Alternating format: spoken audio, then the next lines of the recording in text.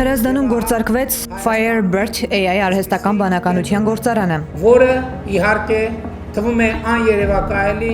Օրերս գործարանի պաշտոնական բացմանը մասնակցեց եւ լուրն ազդարարեց Նիկոլ Փաշինյանը։ Նույն լուրն աննկարագրելի ուրախությամբ հայտարարեց նաեւ արդեն նախկին ԲՏԱ նախարար Մխիթար Հայրապետյանը։ Էյֆորիայի ֆոնին չեն քննարկվում հետևանքները, որոնք արհեստական բանականության նման մեծ գործարանը կարող է ունենալ։ Մասնավորապես, անտեսվում են բնապահպանական եւ մարդկանց առողջության վրա ազդեցության ռիսկերը։ Մինչդեռ նման ռիսկեր կան, դատելով այլ երկրներում արհեստական բանականության կենտրոնների փորձից։ Գործարանի բացման լուրերից անմիջապես հետո գրում է iPress.am-ի հոդվածագիրը։ Միջազգային հնչեղության ունեցող ծրագրի մասին է խոսքը, դա ծրագիրը, որը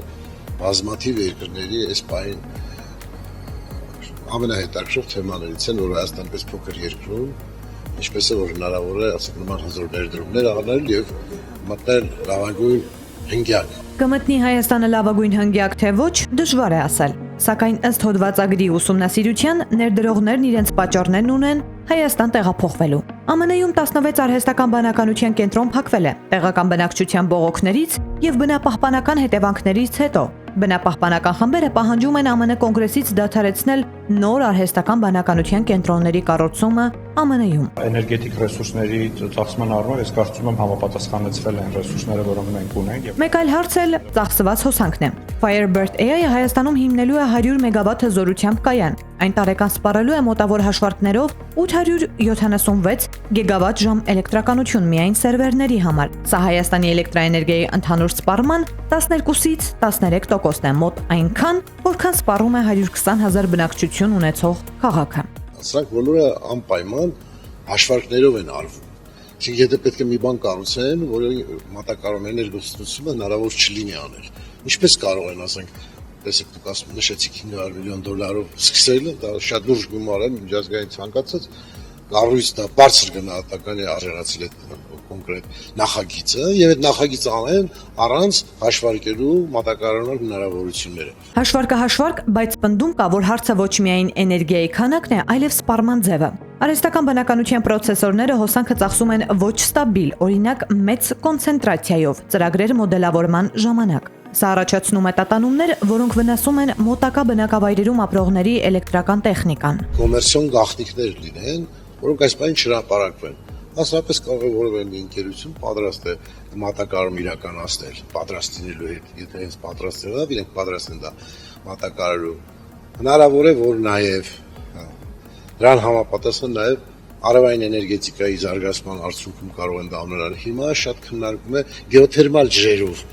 էներգիայի ստացման Հայաստանի հնարավորությունները։ Համացանցում նաև լայնորեն քննարկվեց, որտեղից է ընկերությունը հովացման համար ջուր ձեռք բերելու։ Կային պնդումներ, որ Սևանալեջի ջուրն է օգտագործվելու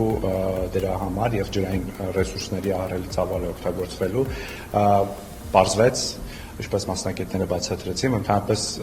խմելու ջուր չի օգտագործվելու։ Եվրոշնեյթի տվյալներով ԱԲ կենտրոնը սպառելու է օրական մոտ 1,893,000 լիտր ջուր։ Այս հարցերն առաջանում են հատկապես միջազգային վատփորձն ուսումնասիրելիս։ Օրինակ, Futurism 30 հետաքննության համաձայն Amazon ընկերության տվյալների կենտրոնից արտանետված ջրերի հետ է կապված ԱՄՆ-ի Օրեգոն նահանգում քաղցկեղի տարօրինակ տեսակների եւ հիրիկամային հիվանդությունների աճը։ Հարցն ուղղեցինք ԿՊԱ-ական падգամավոր Սարգիս Խանդանյանին, թեև մասնագետ չէ, բայց կարծում է, ռիսկերը հաշվի առնված են։ Հղում է կատարում ընկերության ներկայացուցչին։ Հովացման համար հատուկ նյութ է օգտագործվելու, որում օգտագործվում է թորաշ ջուր, փակցիկլով է դա տեղի ունենում եւ բնապահպանական որևէ խնդիր չի առաջացնի Կոտայքի մարզի եւ հարակից շրջանների համար այս գործարանը սա մասնագետների եւ տեսակետն է եւ իրականությունն է, ինչը կարծում եմ մեր բնապահպան ակտիվիստների բոլոր մտահոգությունները փարատել է։ 500 միլիոնանոց ներդրողին ազատել են բյուրոկրատական ստուգումներից։ Այսպես, Firebird AI-ին հաջողվել է շրջանցել բնապահպանական եւ սոցիալական ազդեցության գնահատման եւ թույլտվություն ստանալու բոլոր փուլերը միայն նրա շնորհիվ, որ խոստացել է $500 միլիոն ներդրում եւ 50 կայուն աշխատատեղ։ Շատ օրենսդրական, որ ասենք նախատեսում շմագ անել, ասենք առաջ փուլ 90 օր, կարող մինչև 90 օր, այդպես է մեր օրենքով, իրենք կարող են ասել մեզ անհրաժեշտ է 1 ամսում ավարտել այդ աշխատանքը։ Հայտնի չէ նաև որտեղ է ուտիլիզացվելու գործարանի թափոնները։ Տվյալների կենտրոնների տեխնիկան արագ է շարքից դուրս գալիս։ Դրանք փոխելու ստանդարտ ժամկետը 3-ից 5 տարի է։ Ժամկետած տեխնիկան էլեկտրոնային աղբ է, որ պարունակում է ծանր մետաղներ, դյուրավառ նյութեր, հազվադեպ հանածոներ, որոնք պահանջում են հատուկ պահպանում եւ վերամշակում։